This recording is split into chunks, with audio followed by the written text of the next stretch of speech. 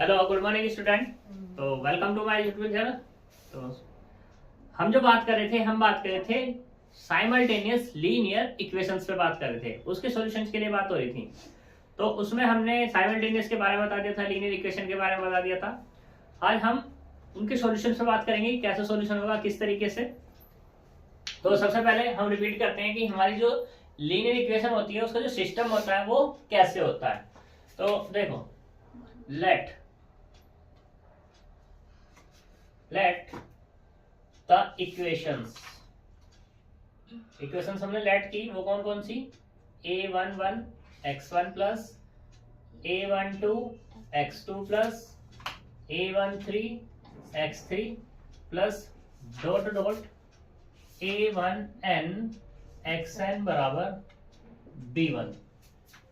दूसरा a21 x1 plus a22 x2 plus a23 x3 plus dot dot a2n xn बराबर b2।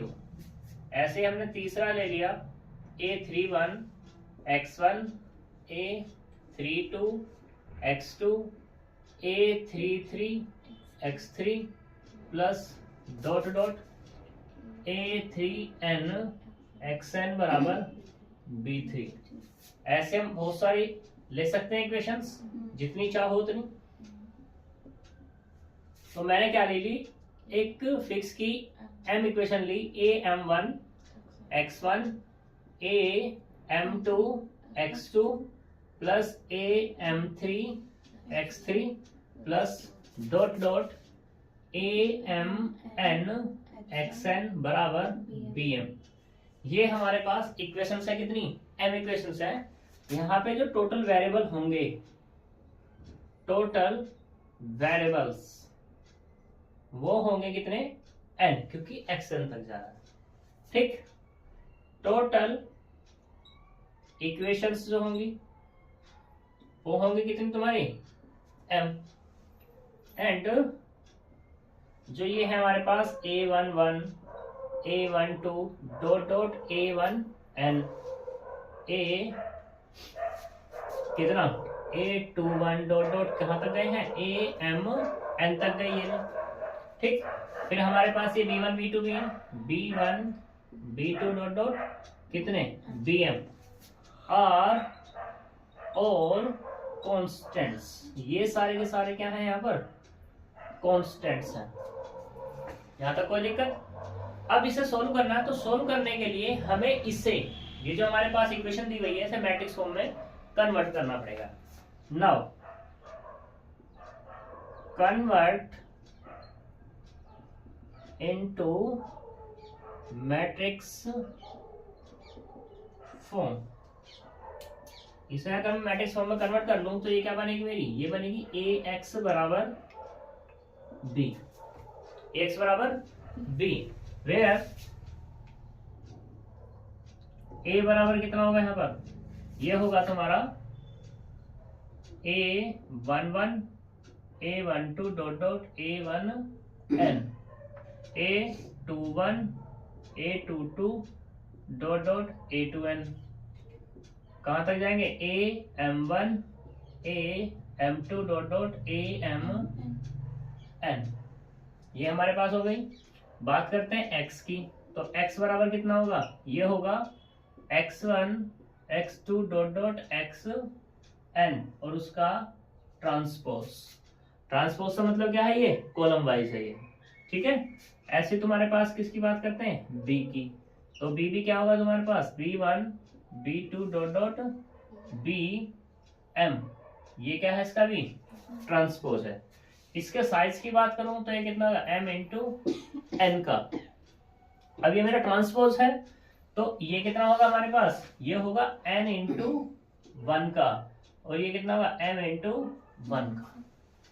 कोई दिक्कत यहां तक। ये हमारी क्या हो जाएगी, मैट्रिक्स फॉर्म हो जाएगी। इस मैट्रिक्स फॉर्म से हम इसको सोल्व करते हैं। ठीक है, अब इसे मैं एक नाम दे दूं, इसे मैं नाम दे देता हूं यहां पर 1। ठीक है, सिस्टम 1 सही। अब ये जो सिस्टम 1 है 2 टाइप का होगा। पहले तो इसके बात करते हैं solution. Solution of system of equation 1 have 2 types. कितने टाइप्स रखा वो? 2 टाइप्स रखेगा। कौन कौन सा? एक होगा कंसिस्टेंस सॉल्यूशन, दूसरा है इनकंसिस्टेंट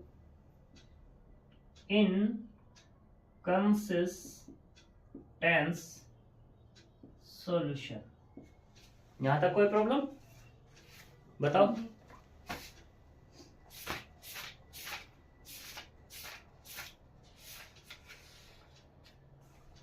टेंस लिख लो या टेंट, कंसिस्टेंट कह भी सकते हो, कंसिस्टेंट भी कह सकते हो उसको,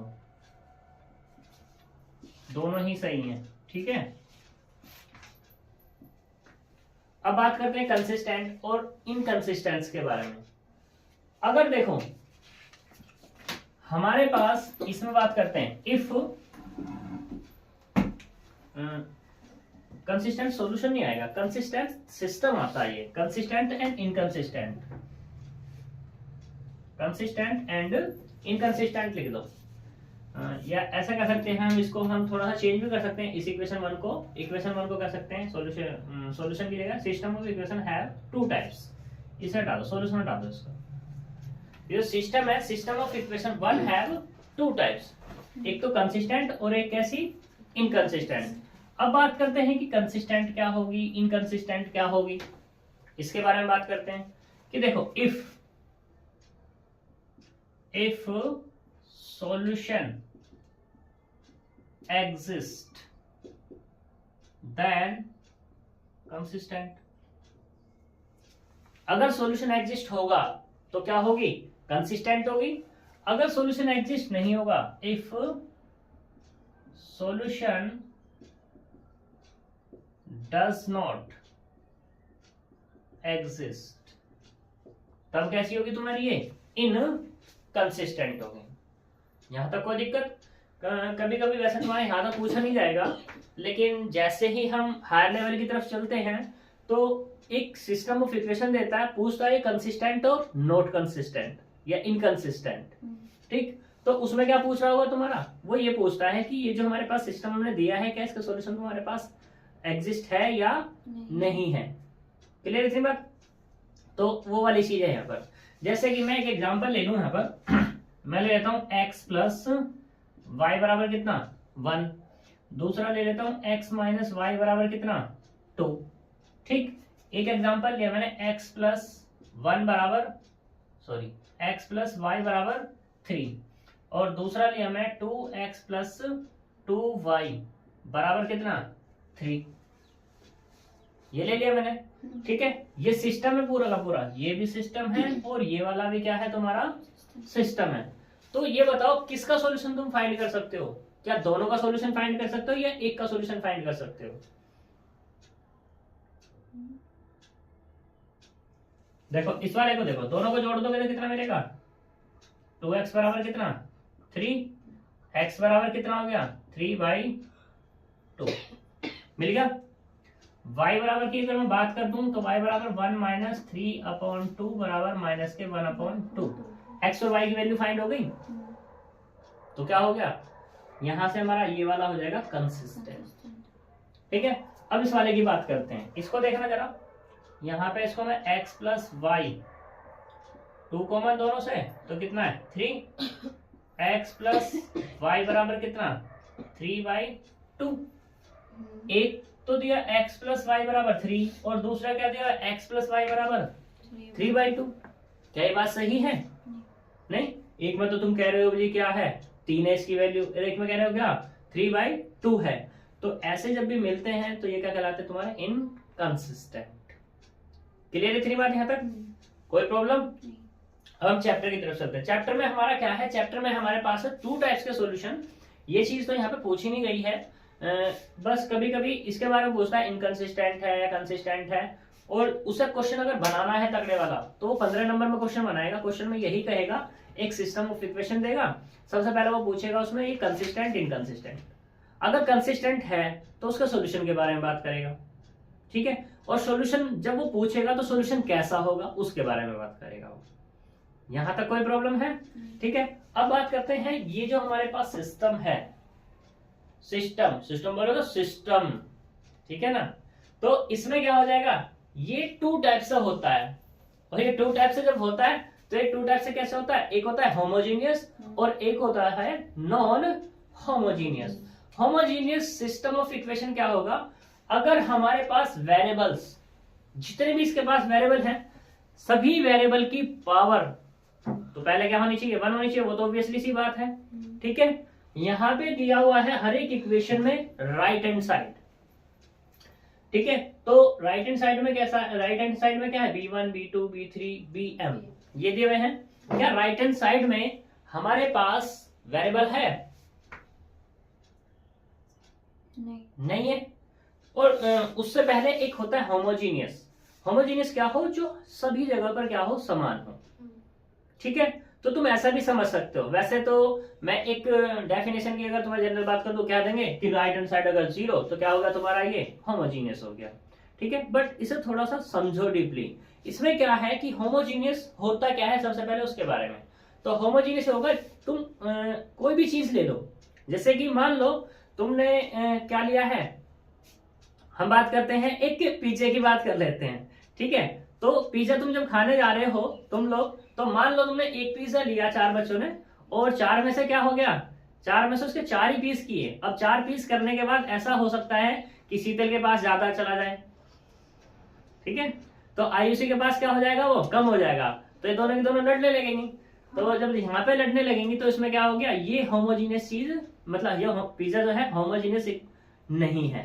होमोजीनियस क्या होगा, अगर इक्वल इक्वल सभी पर हो जाए, ठीक है, तो वो क्या हो जाएगा तुम्हारा होमोजीनियस। वही चीज यहाँ पर है इस इक्वेशन में। देखो यहाँ पर पहली वाली इक्वेशन में तो यहाँ पे वेरिएबल है, यहाँ वेरिएबल है, यहाँ वेरिएबल, यहाँ वेरिएबल, बट यहाँ पे वेरिएबल नहीं है, ठीक है। तो इसलिए क्या हो जाएगा तुम्हारा, ये नॉन होमोजीनियस हो जाएगा जब तक कि इस b1 को 0 ना होना पड़े।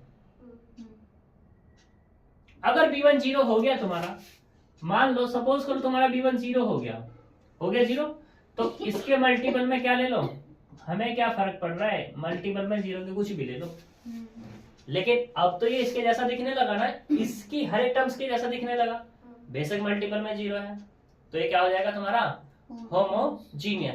तो इसका मतलब क्या हुआ, अगर इस सिस्टम को होमोजीनियस होना है तो इसके सारी की सारी राइट हैंड साइड से मतलब b1 b2 b3 को क्या होना पड़ेगा, 0 होना पड़ेगा। अगर इनमें से एक भी नॉन 0 तुम्हें मिला तो तभी हम इस सिस्टम को कह देंगे ये कैसा हो जाएगा तुम्हारा, non homogeneous system of linear equation. Clear है इतनी बात, यहां तक कोई प्रॉब्लम है नहीं है। तो अब हम जो बात करेंगे वो बात करेंगे सबसे, दोनों केस पे तो दोनों पे बात करेंगे, पहले जो हम बात करेंगे होमोजीनियस पे बात करेंगे, ठीक है। तो चलते हैं होमोजीनियस पे बात करते हैं।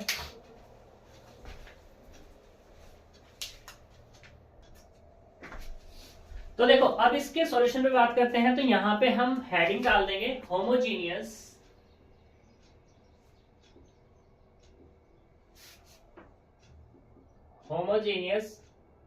सिस्टम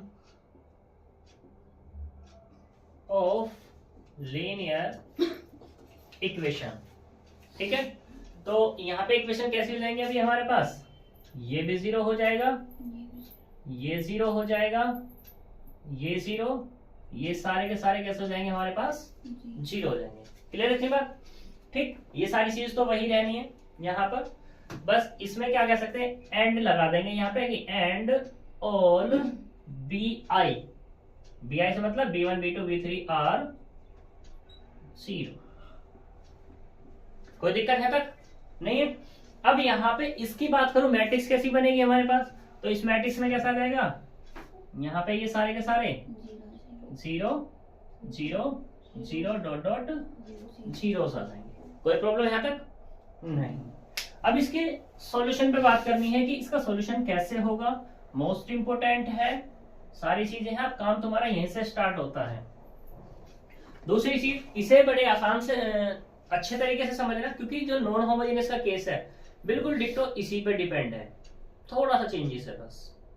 ठीक है, ये समझ में आ गया तो वो तो ऑटोमेटिकली समझ में आ जाएगा। और फिर से बोल रहा हूं कि एक क्वेश्चन 7.5 या 15 मार्क्स में आएगा ही आएगा। ठीक, तो इसके सॉल्यूशन पे बात करते हैं। सॉल्यूशन से बात करने के लिए सबसे पहले तुम्हें मैट्रिक्स मैंने पढ़ाई है, तो उस मैट्रिक्स में रैंक के बारे में तुम्हें पता होनी चाहिए। ठीक है, तो देखो यहाँ पे जो रैंक है, रैंक किसकी निकालेंगे हम, रैंक निकालेंगे ए की, पहले भी ए की निकाल के आए हैं, तो वो मान लो कितनी है आर।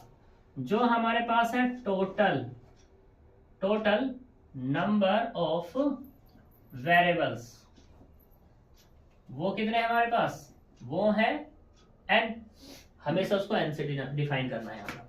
ठीक है, चेंज कर सकते हो, कोई दिक्कत वाली बात नहीं है। हम इसके सॉल्यूशन पे बात करते हैं, तो इसे मैं रफ कर दूं इस वाले को, तो कोई दिक्कत है ही नहीं, जिसकी जरूरत है, जितनी जरूरत है उतना ले लेते हैं हम, कर देते हैं रफ।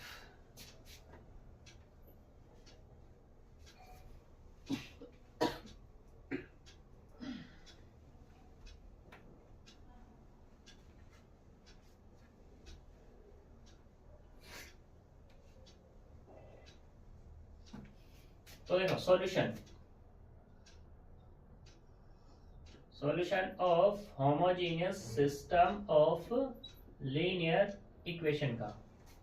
ठीक, तो सबसे पहला जो स्टेप होगा इसका, सबसे पहला स्टेप होगी ये होगा कि जो हम फाइंड करेंगे रैंक ऑफ ए, यानी कि आर हमें निकालना है। ठीक है, फिर यहां पर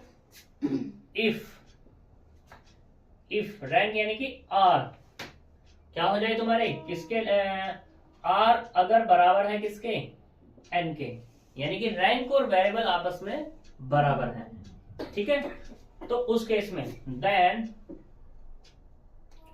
n minus r, n minus are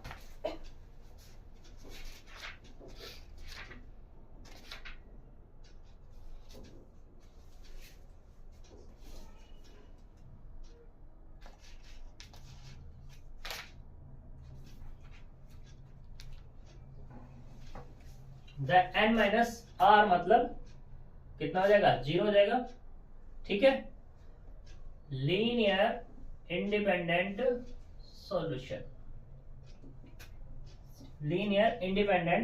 solutions होंगे, मतलब क्या हो जाएगा, 0 linear independent solution. 0 linear independent और डिपेंडेंट मैं तुम्हें पहले ही बता चुका हूं। लीनियर इंडिपेंडेंट डिपेंडेंट का मतलब यहाँ पे ये है कि कोई भी किसी पे डिपेंड नहीं करेगा।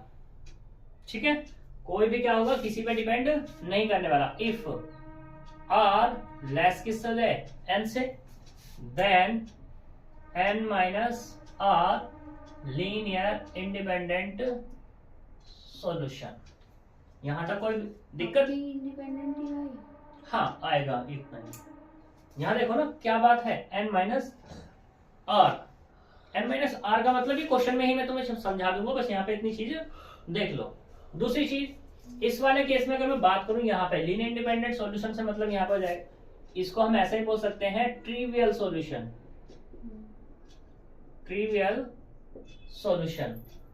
ठीक है, और भी इसके नाम है यहाँ पे जीरो सॉल्यूशन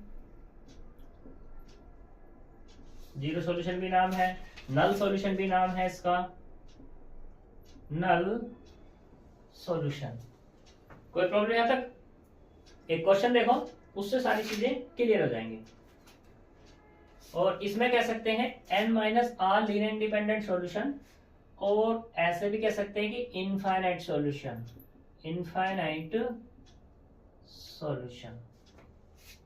ठीक है, एग्जिस्ट कह दो बस, यहाँ एक वर्ड, इसे सब चीज क्लियर हो जाएंगे। तो हम ऐसे ही बात करते हैं एग्जाम्पल नंबर 5 पे। एक एग्जाम्पल है यहाँ पर तुम्हारा 5 है, तो इसने गिवन किया हुआ है, इससे सारी चीज जितना मैंने अब तक का बताया है तुम्हें सब क्लियर हो जाएगा। Given system of equation, system of equation, वो क्या दिया हुआ है कि x plus 2y plus 3z बराबर 0। कोई दिक्कत है भाई? नहीं sir. 3x plus 4y plus 4z बराबर 0। फिर अगला है 7x plus 10y plus 12z बराबर 0। ये है, तो इसके मुझे सॉल्यूशन पे बात करनी है। ठीक है, तो सबसे पहले क्वेश्चन तुम्हारा सिर्फ इतना आएगा, इतना ही लिखा हुआ आएगा। यहाँ पे तो मैंने गिवन गिवन कह दिया है, लेकिन वहां पे तो तुम्हारा क्वेश्चन होगा, तुम्हें वहां पे खुद पहचानना होगा कि ये तुम्हारा होमोजीनियस है या नॉन होमोजीनियस है। ठीक है, नॉन होमोजीनियस वैसे ऐसे एम बात कर देते हैं, लेकिन दो चीजें होती हैं, एक होमोजीनियस एक हेट्रोजीनियस होती है। ठीक है, सुविधा के लिए हम तो सुविधा पर बात करते हैं, तो इसे नॉन होमोजीनियस कह देते हैं। तो इस पे बात करते हैं, ये क्वेश्चन जो दिया हुआ है, सबसे पहले तो ये पहचानना ये हमारा होमोजीनियस का है या नॉन होमोजीनियस का है। तो बताओ कैसा है ये तुम्हारा?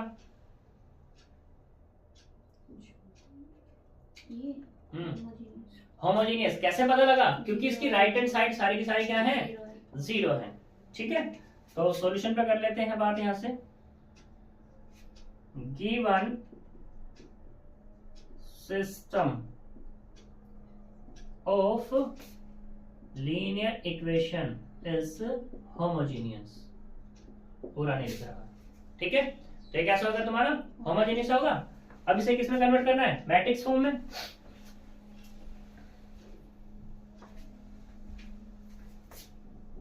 Now matrix form, matrix form क्या हो जाएगी? हमने कह दिया इसको ax बराबर कितना? b। ठीक, अभी देखिए कैसे, उस पर बात कर लेते हैं।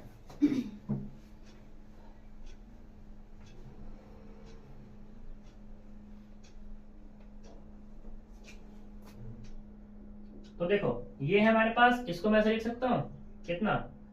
1 2 और ये 3 3 4 4। ठीक, 7 10 12 7 10 और ये 12, और ये क्या हो गई तुम्हारी? x y z बराबर कितना? 0 0 0। यहां तक कोई प्रॉब्लम है? मैट्रिक्स फॉर्म हुई। हमने बात किस पे करनी है? मैंने कहा था कि फाइंड करेंगे रैंक। ठीक है, तो ये क्या है तुम्हारे पास?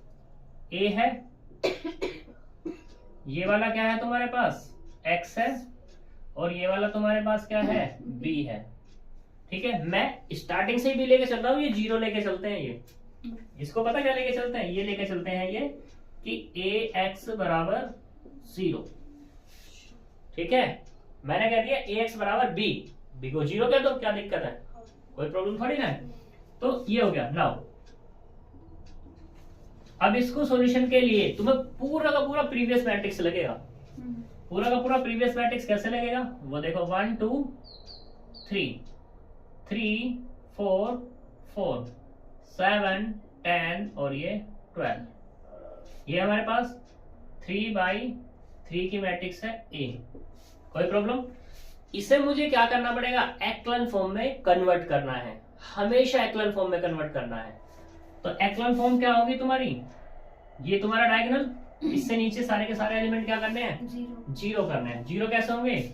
ऑपरेशन लगा करके कि R2 में रखेंगे R2 माइनस के कितना? R1, और किसकी मल्टीप्लाई करके? 3 की। ऐसे ही यहाँ पे R3 में रखना होगा R3 माइनस के 7R1। कोई प्रॉब्लम यहाँ तक? तो ये कितना होगा? 1 2 3 एज इट इज 0। 3 की मल्टीप्लाई करेंगे माइनस के 2 आ जाएगा, 3 की मल्टीप्लाई करेंगे तो माइनस के 5 आ जाएगा। ये वाला 0, 7 2 14, तो कितना आएगा? माइनस के 4 आएगा। 7 2 9 कितना आएगा? 12 9 माइनस के 9। कोई प्रॉब्लम? क्या अभी एक्लन फॉर्म बनी? अभी नहीं बनी। तो हमें क्या करना है? अब R3 में रखना है, R3 में से माइनस करेंगे 2R2, इसी के ऊपर तो अगर तुम इस पे 1 में फिर दोबारा जाओगे तो फिर से वही लोड कर जाएगा, यहाँ पे एलिमेंट मिल जाएगा फिर तुम्हें, और यहाँ तो हमें एलिमेंट रखना ही नहीं है 0 के अलावा। कोई प्रॉब्लम यहाँ तक? नहीं। तो कितना मिलने वाला अपने पास? 1 as it is, 2 as it is, और ये 3 एज इट इज। 0 -2 माइनस के 5, 0 0, 2 की मल्टीप्लाई करनी तो कितना जाएगा? 1। आ गया? अब एक ऑपरेशन चाहो तो और लगा सकते हो। क्या लगा सकते हो कि R2 में रखोगे -R2 करके लगा लेंगे तो कितना मिलेगा यहाँ से ये तुम्हें? 1 2 3, 0 2 5 0 0 और ये 1। ये कितना हो गया? 3/3 है। यहां तक कोई प्रॉब्लम? अब तुम देखो यहां से वही केस कि इसकी रैंक कितनी है। ये क्या हो गई तुम्हारी? Which is एक्लन form. एक्लन फॉर्म बन गई तुम्हारी। जब ये एक्लन फॉर्म बन गई तो इसमें क्या देखते हैं? Total number of non zero रोज, ये तो देखते हैं। और वो है कितनी? 3। तो इसका मतलब क्या होगा? रैंक ऑफ ए बराबर कितनी हो गई? 3। यानी कि ये क्या मिल गया तुम्हें? आर मिल गया। यहां तक कोई प्रॉब्लम? एंड एन बराबर कितना है? वो भी 3 है। एन मतलब वेरिएबल, लिख दूं चलो। And total number of variables वो बराबर कितने हैं? 3, यानी कि एन। कोई प्रॉब्लम? अब देखो यहां पर सिंस एन बराबर किसके हैं? आर के, यानी कि दोनों के दोनों कितने हैं? 3 हैं। 3 है। तो देन एन माइनस आर बराबर कितना मिलेगा? 0। Independent solution. Independent solution. ठीक है, कोई दिक्कत? चलो अच्छी बात है। अगर दिक्कत नहीं है तो ये रफ करना है, ये तो इसमें कोई दिक्कत है नहीं। जल्दी कॉपी मारो यहां तक का।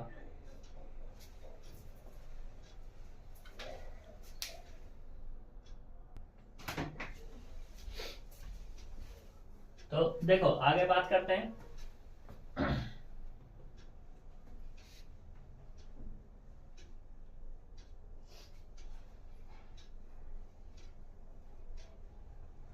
अब जो मैंने ये बात कही है यहाँ पे कि n माइनस आर बराबर 0 इंडिपेंडेंट सॉल्यूशन है। ठीक है, इंडिपेंडेंट सॉल्यूशन से मतलब यहाँ पे ये हो जाएगा कि किस तरीके से इंडिपेंडेंट की बात हो रही है। तो मेरी मैट्रिक्स ए ये बनी और मेरी रियल मैट्रिक्स क्या है? ये इक्वेशन ये है। तो मैं इसको कैसे लिख सकता हूं?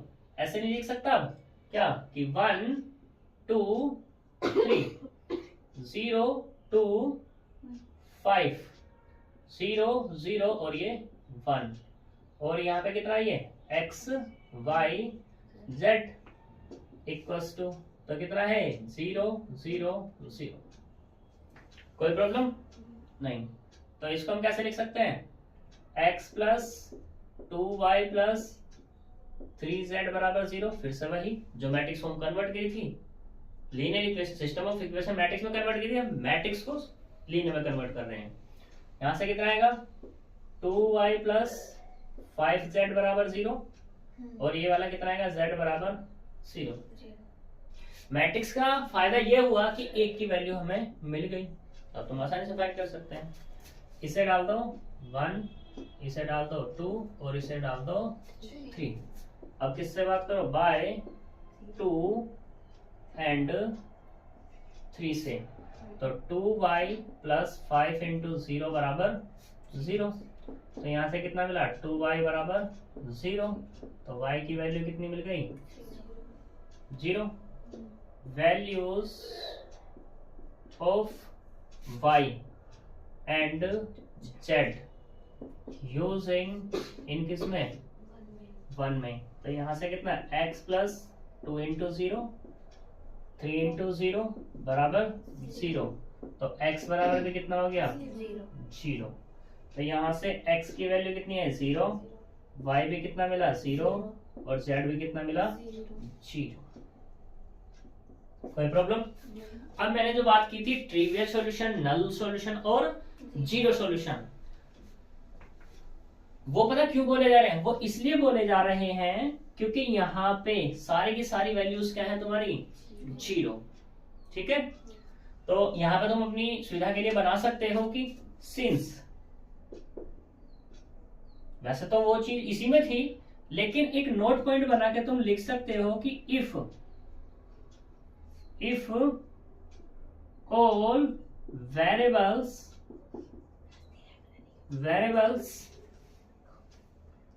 have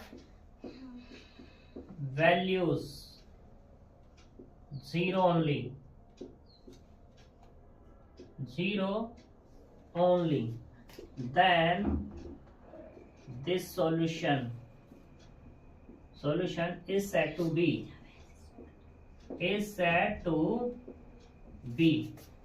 null solution कह सकते हैं, null solution या जीरो सॉल्यूशन या कौन सा? Trivial solution. कोई प्रॉब्लम यहां तक? ठीक है, अब तुम्हें एक अच्छी सी बात बताता हूं। यहाँ पर अच्छी सी बात ये है कि ये जो मैंने ये वाला नोट पॉइंट जो तुम्हें बना के दिया ना, ये वाला, जब तुम हायर लेवल पे जाओगे तो इसके बारे में तब पता लगता है। जैसे कि मैं अपनी बात करूं, तब मैंने बीएससी कर ली, एमएससी कर ली, पूरी की पूरी, मुझे ये पता नहीं लगा कि ट्रिवियल सॉल्यूशन होता क्या है। लेकिन जैसे ही मैंने हायर की तैयारी स्टार्ट की तो वहां पर जाकर पता लगा कि ट्रिवियल सॉल्यूशन कहते किसे हैं। कम से कम तुम यकीन नहीं करने के 6 महीने तो मुझे ट्रिवियल सॉल्यूशन के बारे में कुछ पता ही नहीं लगा। और ये जब की बात है जब मैं कोचिंग ले रहा था, तो वहां कोचिंग में क्या कर रहे थे, टीचर्स बार बार ट्रिवियल सॉल्यूशन बोल रहे थे। तो मैं इधर से पूछूं, उधर से, भाई ट्रिवियल सॉल्यूशन है क्या? कोई बता के नहीं थे भाई। तो ऐसा है कि ये चीजें जो मैंने लिखी हैं या बहुत छोटी छोटी चीज तुम्हें बता रहा हूं, तो लगेगा तुम्हें कि डिटेल में जा रही है चीजें यार, बहुत मतलब ऐसे भी लगेगा कि बहुत ज्यादा पढ़ा रहा हूं, लेकिन तुम्हारे फायदे की चीजें हैं कि जैसे तुम्हें फ्यूचर में कुछ पता नहीं होता कि कौन कहाँ कैसे मुड़ जाए। वैसे तुमने कुछ भी प्लानिंग कर रखी हो तो ये चीजें हैं। जैसे कि मेरा था बीएससी के बाद कुछ पता ही नहीं था क्या करना क्या है, ऐसे ही बेशक तुम्हें पता भी हो, लेकिन प्लान चेंज होते हुए कभी भी कहीं भी कैसे भी हो सकता है और इन चीजों की जरूरत पड़ सकती है। तो इसलिए जितना पढ़ा रहा हूं वो सारी चीजें कैसे भी करो, कुछ भी करो, याद जरूर रखना। भाई क्वेश्चन तो है ही है, क्वेश्चन तो आएगा ही आएगा, तो मैंने बोल दिया तुम्हें कि क्वेश्चन आना ही आना है, लेकिन बाद की चीजें होती कैसे हैं, क्या चीजें हैं, इसके बारे में। तो हमारा क्वेश्चन था, इस क्वेश्चन में क्या था, सबसे पहले सॉल्यूशन की बात हो रही थी। सॉल्यूशन कैसा आएगा, यानी कि कुल मिलाकर के एक्स वाई जेड के बारे में बात हो रही थी कि एक्स वाई जेड की वैल्यू क्या आने वाली है और किस तरीके से आने वाली है, तरीका मैंने तुम्हें बता ही दिया। उसके बाद का प्रोसीजर स्टार्ट होता था। ये आई बात समझ में? पूरा डिक्टो नॉन होमोजीनियस के लिए भी यही केस है, लेकिन आज जो हम बात करेंगे होमोजीनियस पे बात करेंगे, नॉन होमोजीनियस पे तो हम नेक्स्ट पे ही बात कर लेंगे। ठीक है, ऐसे ही अब मैं पूरा क्वेश्चन जरा पढ़ लूं। इसने कहा क्या था क्वेश्चन में, इसने कहा था कि does the following system of equation possess a common non zero solution. तो ये कहना चाह रहा है कि क्या ये नॉन जीरो सॉल्यूशन रखना चाह रहा है या नहीं। नॉन जीरो सॉल्यूशन हमारे तो सारे के सारे क्या मिला है, ये जीरो ही सॉल्यूशन है। ठीक है, तो इसका मतलब क्या है, जीरो सॉल्यूशन रखता है, और जीरो सॉल्यूशन मतलब x की वैल्यू भी जीरो, y की वैल्यू भी जीरो और z की वैल्यू भी जीरो। जब x की जीरो, y की जीरो, z की जीरो, तो सॉल्यूशन कैसा हो गया तुम्हारा, ट्रिवियल या जीरो सॉल्यूशन या नल सॉल्यूशन। क्लियर इतनी बात। फिर इसने कहा solve completely the system of equation. अगला भी बिल्कुल डिक्टो वैसा ही है। ठीक है, अब तुम्हें एक ये वाला केस बता देते हैं, अगले वाला क्वेश्चन, क्योंकि उसमें क्या था, इंडिपेंडेंट की बात आ रही थी। यहाँ पे क्या हो गया था, मैंने जीरो की बात हो रही थी, कहां पर है, यहीं पर है जीरो। अब देखते हैं कि जीरो ना हो करके इंडिपेंडेंट सॉल्यूशन है क्या।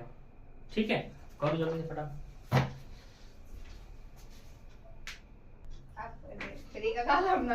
देखो सॉल्यूशन में बात करते हैं इसके। तो मैट्रिक्स फॉर्म ही डायरेक्टली कन्वर्ट कर लूं या मैट्रिक्स फॉर्म। मैट्रिक्स फॉर्म क्या होगी, इससे पहले हम करते ही नहीं, फिर नहीं तो मैं कंफ्यूजन होगी।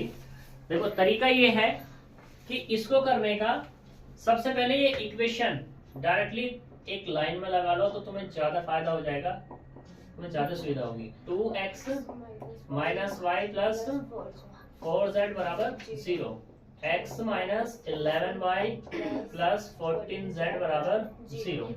ये हो गया। नाउ मैट्रिक्स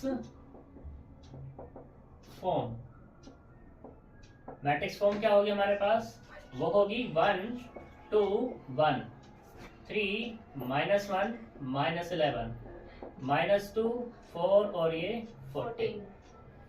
ये होगा तुम्हारे पास x y z। ये कितना होगा 0 0 0।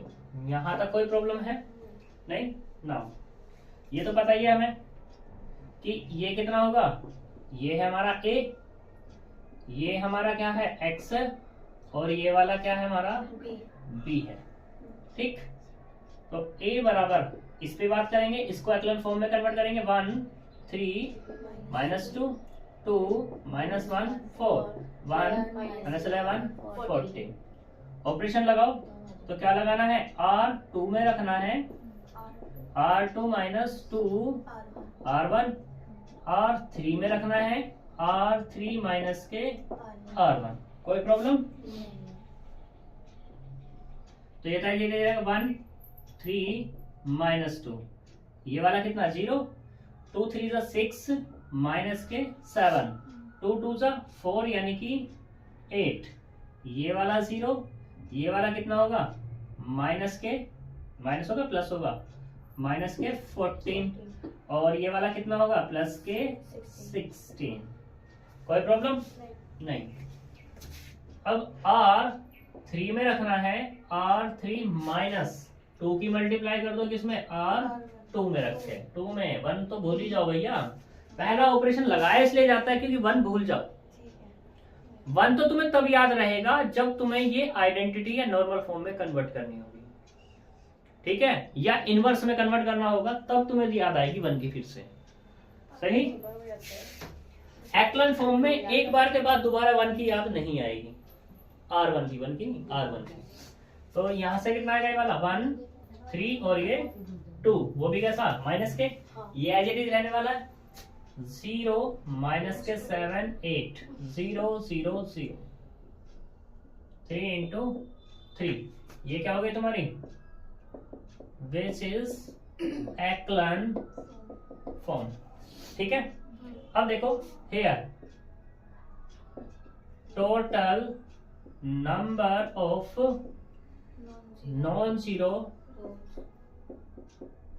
रोज, वो कितनी हमारे पास 2 है, तो इसका मतलब क्या होगा, रैंक ऑफ ए बराबर कितनी हो गई 2। अब देखो फिर से अगला स्टेप, सिंस आर लेस है किससे, एन से, एन कितना है हमारे पास 3, यानी कि वेरिएबल कितने हैं 3 हैं, वो तो हमें पता ही है कि 2 हमेशा छोटा होता है किससे 3 से होता है। नाउ टोटल इंडिपेंडेंट सॉल्यूशन, ऐसे कह दो, इंडिपेंडेंट की जगह लीनियर इंडिपेंडेंट सॉल्यूशन, वो कितना हो गए n माइनस आर 3 - 2 बराबर 1। कोई दिक्कत, तो यहाँ पे क्या आ गया 1 इंडिपेंडेंट सॉल्यूशन आ गया। 1 इंडिपेंडेंट, इंडिपेंडेंट का मतलब क्या है स्वतंत्र। ठीक है, अभी स्वतंत्र की भाषा तुम्हें समझ में आएगी कि मैं क्यों बोल रहा हूं बार बार। तो ये एक्लन फॉर्म होगी, ठीक है। तो नाउ ये मैट्रिक्स हमारी क्या बन जाएगी फिर से, ये होगी 1 3 -2 0 -7 8 0 0 0, और यहाँ पे कितना x y z, ये कितना होगा तुम्हारे पास 0 0 0। तो यहां से इक्वेशन क्या मिलेगी, x + 3y - के 2z बराबर 0 माइनस के 7y प्लस 8z बराबर 0, ये 1 ये 2। ठीक है, कोई दिक्कत यहाँ तक? तो 3 वेरिएबल है, 2 इक्वेशन है, और मैंने यहाँ पे कहा कि एक इंडिपेंडेंट सॉल्यूशन है तुम्हारा। तो यहाँ पे इसका मतलब ये है कि इनमें से 3 वेरिएबल हैं, इन 3 में से कुछ एक को तुम अपनी इच्छा से चूज करोगे। क्या करोगे? अपनी इच्छा से, और वो भी नॉन जीरो चूज करना। क्या था चूज करना? Non zero. अगर तुमने जीरो चूज किया तो जीरो तो होगा ही, एक सॉल्यूशन तो वो बन जाएगा तुम्हारा। ठीक है, तो मैंने यहाँ पे लेट किया कि लेट z बराबर c। अब c तुम कुछ भी ले लेना है, c खत्म कर देगा मेरा। जब c मैंने ले लिया है z बराबर, तो किससे? बाय 2 से।